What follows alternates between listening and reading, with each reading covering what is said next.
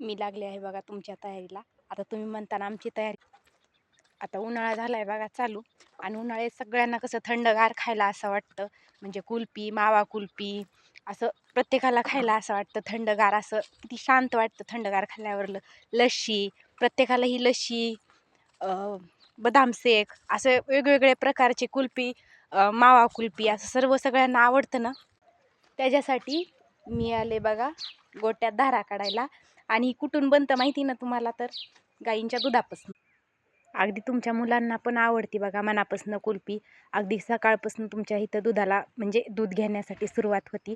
आपला दिवसच उगवत असन खरं तर चहापासून, कारण चहा दुधापासूनच बनतो. अशा ह्या आमच्या लक्ष्म्या, आणि ह्या लक्ष्म्यांच्या धारा काढण्यासाठी मी आले बघा.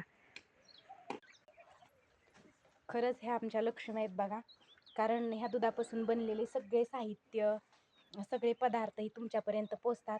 आणि ते कोणामुळे? फक्त ह्या आपल्या गोमातेमुळे. ह्या अशा आपल्या गोमात्या आहेत, किती आपल्या निस्वार्थपणे हे प्रेम करतात, आणि निस्वार्थपणे ह्यांचा कुठलाही स्वार्थ नसतो, आपल्यासाठी दूध देतात. श्री गुरुदेव.